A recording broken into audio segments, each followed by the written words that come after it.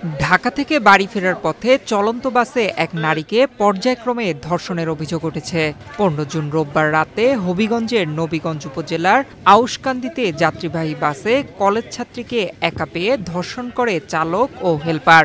এ ঘটনায় স্থানীয় জনতা বাস চালক সাব্বির মিয়াকে আটক করে সেনাবাহিনীর কাছে সোপর্দ করে।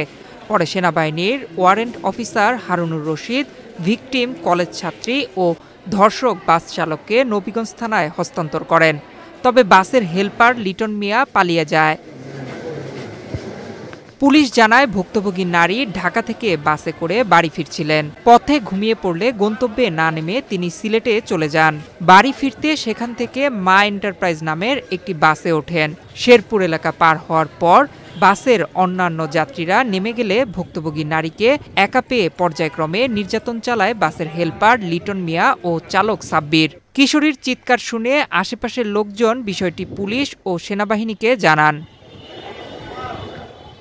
১৫ জুন সোমবার সকালে পুলিশ ভিকটিমকে মেডিকেল পরীক্ষার জন্য হবিগঞ্জ সদর আধুনিক হাসপাতালে পাঠায়। এরপর ভিকটিমকে দেখতে এবং তথ্য উপাত্ত সংগ্রহ করতে হাসপাতালে যান হবিগঞ্জের police super ANM Sajedul Rahman.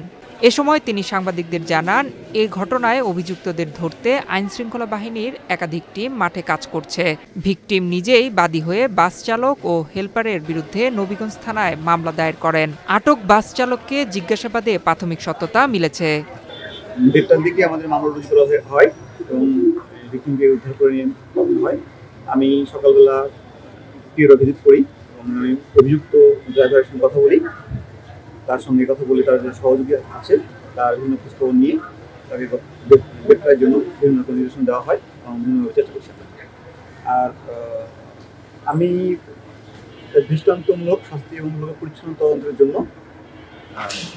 পুরো বিষয়টাকে আয়োগকে কীভাবে কোন কী লক্ষ্য রেখে তদন্ত করতে হবে সেটা একদম স্পষ্টভাবে আমি ধারণা দিয়েছি এবং এই বিষয়ে কোনো গাফিলতি হবে না ইনশাল্লাহ। দৃষ্টান্তমূলক শাস্তি যেটা হয় সেই ব্যবস্থা করছি।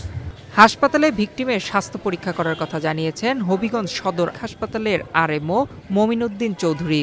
প্রাথমিকভাবে তার শরীরে আঘাতের চিহ্ন পাওয়া গেছে। আজকে সকালবেলা একজন ভিকটিম আমাদের হাসপাতালে এসেছেন।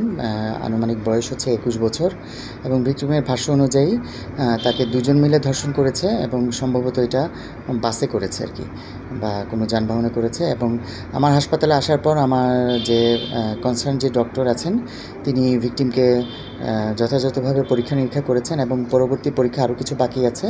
তবে পুরো রিপোর্ট না আসা পর্যন্ত আসলে আমরা পূর্ণাঙ্গ রিপোর্ট প্রকাশ করতে পারছি না। তবে ভিকটিমের শরীরে কিছুটা আঘাতের চিহ্ন পাওয়া গিয়েছে। পালিয়ে যাওয়া বাস চালকের সহযোগী লিটন মিয়া সিলেট জেলার বিশ্বনাথ উপজেলার বাসিন্দা বলে জানিয়েছে পুলিশ। নয়ন বিশ্বাস, বাংলাদেশ প্রতিদিন।